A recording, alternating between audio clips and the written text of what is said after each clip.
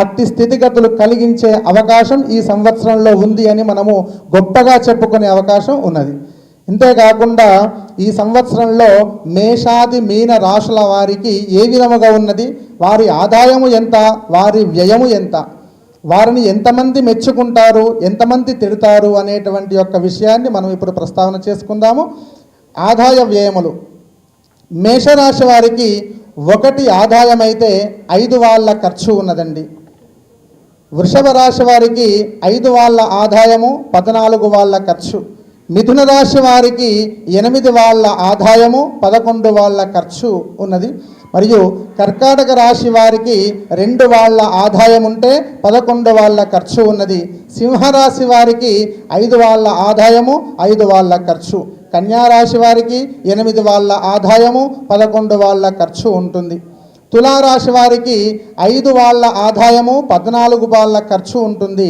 వృశ్చిక రాశి వారికి 11 రూపాయలు ఆదాయముగా ఉంటే 5 రూపాయలు ఖర్చు ఉంటుంది వృశ్చిక రాశి వారికి. ధనస్సు రాశి వారు 14 రూపాయలు సంపాదిస్తే 11 రూపాయలు ఖర్చు పెడతారు ధనస్సు రాశి వాళ్ళు. మరియు మకర రాశి వారికి 2 రూపాయల ఆదాయము 8 రూపాయల ఖర్చు ఉంది. కుంభరాశి వారికి కూడా 2 రూపాయలు ఆదాయం 8 రూపాయల ఖర్చు ఉంటుంది.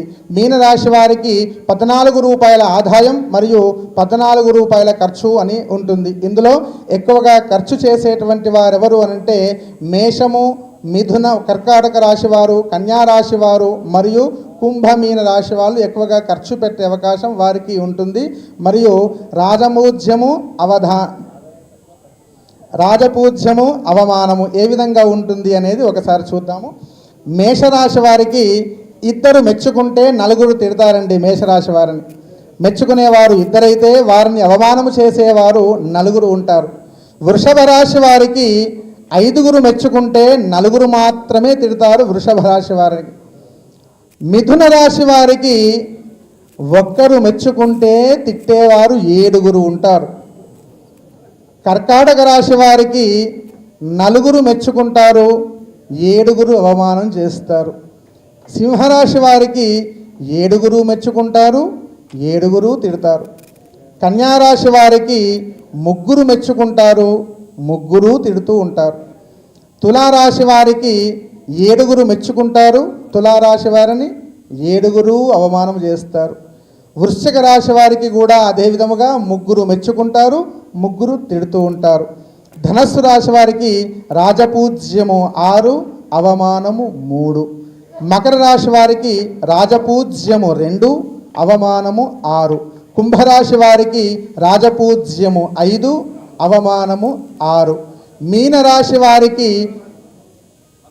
1 రాజపూజ్యము 2 అవమానముగా ఉన్నాయి.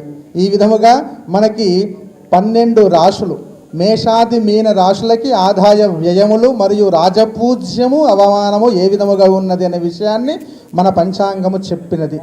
మరియు ఇందులో మీనరాశి వారు, మేషరాశి వారు,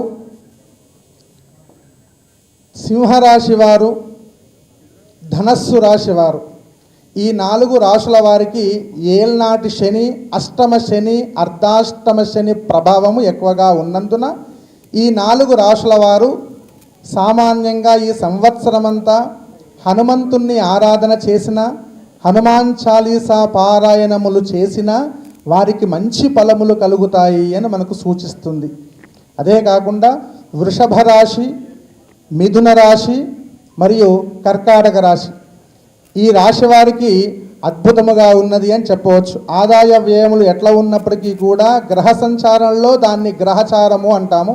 గ్రహచారము అంటే గ్రహములు సంచరించే చారాన్ని గ్రహచారం అంటాం. ఈ గ్రహచారంలో ఈ సంవత్సరము వృషభం, మిథునము, కర్కాటకము ఈ 3 రాశుల వారు అనుకున్నది సాధించగలిగే స్థాయిలో వారు గొప్ప ప్రయత్నము చేయగలరు, చేసి సాధించగలరు అని గురువు చెప్తున్నాడు. ఎందుకంటే ఈ 3కి కూడా గురువు మంచి ఉచ్చ స్థానంలో ఉన్నాడు. ఇప్పుడు కర్కాటక రాశి వారికి శని బాధ పోయింది సంవత్సరంతో.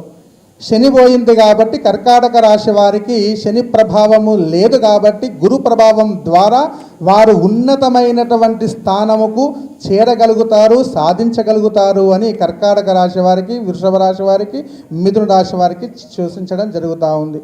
ఇక కన్యా రాశి, వృశ్చిక రాశి, మకరం, కుంభంలకి శని ప్రభావము మధ్యమంగా ఉన్నప్పటికీ, గురు ప్రభావం కూడా మధ్యమంగా ఉన్నప్పటికీ కూడా వీరికి మిశ్రమమైనటువంటి ఫలితాలు వస్తాయి అని చెప్తా ఉన్నది.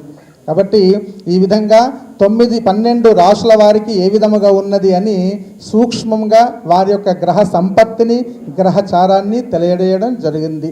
అంతేకాకుండా ఈ సంవత్సరంలో మూఢములు ఉన్నాయి. ఈ మూఢములు వచ్చేసి ఆషాఢ మాసంలోనే మూఢములు వచ్చాయండి. దాదాపుగా మనకు ముహూర్తాలు లేనటువంటి యొక్క మాసము ఆషాఢ మాసం. సో ఆషాఢ మాసంలోనే మనకు మూఢములు రావడం ద్వారా ఈ సంవత్సరం శుభకార్యాలకు ఎక్కడ కూడా ఆటంకము లేదు అని మనకు చెప్తా ఉంది. సాధారణంగా కార్తీక మాసంలోనూ మంచి ముహూర్తాలు ఉన్నప్పుడు మూఢములు వచ్చేవి, కానీ ఈ సంవత్సరంలో మనకు మూఢములు ఎక్కడ కూడా ప్రభావము చూపకుండా ఉన్నవి కాబట్టి ముహూర్తాలు అధికముగా ఉన్నవి. అంతేకాకుండా గ్రహణమున్నదా అనేటువంటి భయం ఈ సంవత్సరంలో లేదు. ఈ సంవత్సరంలో మనకు చంద్రగ్రహణం కానీ, సూర్యగ్రహణం కానీ మన భారతదేశంలో గ్రహణము లేదు కాబట్టి గ్రహణ శూలను మన భారతీయులు పాటించవలసిన అవసరము లేదు అనే మాటను మనకు పంచాంగం చెబుతా ఉన్నది.